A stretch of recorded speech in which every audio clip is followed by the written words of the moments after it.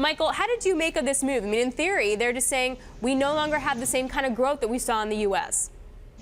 You know, I think that you can look at this two ways. I mean, one is that they're supremely confident that they will continue to grow in the U.S., and I think that's probably true. The other side is their content costs are escalating pretty rapidly. Their free cash flow has turned more negative each year.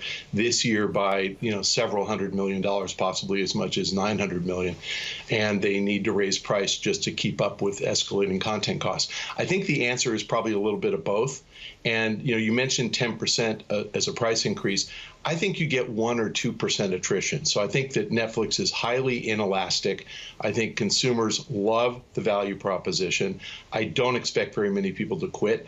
I do think you might see slowing growth because their gross subscriber additions are now going to be, competitive with Amazon and with Hulu, which are now much, much more reasonably priced compared to Netflix. So we'll see what happens next year.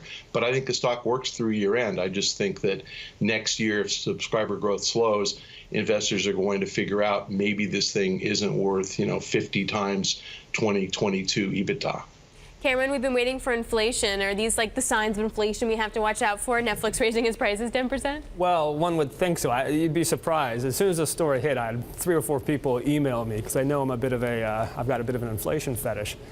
Given the way that the statistical agencies calculate inflation, they could very easily say that, well, all the current movies are better than the old ones. So once we hedonically adjust for the improved content, the price has actually gone down. So, Michael, there are a lot of companies that need to raise prices because their costs are going up, but they can't because they have competition. How much of this is just pure outright pricing power? They're not worried people are going to leave them to go over to Amazon or someplace else. Well, I think Netflix has zero pricing power with third parties for content. In fact, I think it's exactly the opposite. The content owners have all the pricing power. And even if you're creating original content for Netflix, you're competing, if you're Netflix, you're competing with Hulu and Amazon and AMC. Everybody's buying up originals, now Facebook. So no, the cost of content is going to keep going up. Netflix does not dictate pricing at all. Yeah, no question, but I'm talking about the pricing power against me, who's paying the subscription. They're raising the prices against me, and they must be deciding I'm not going to dump them.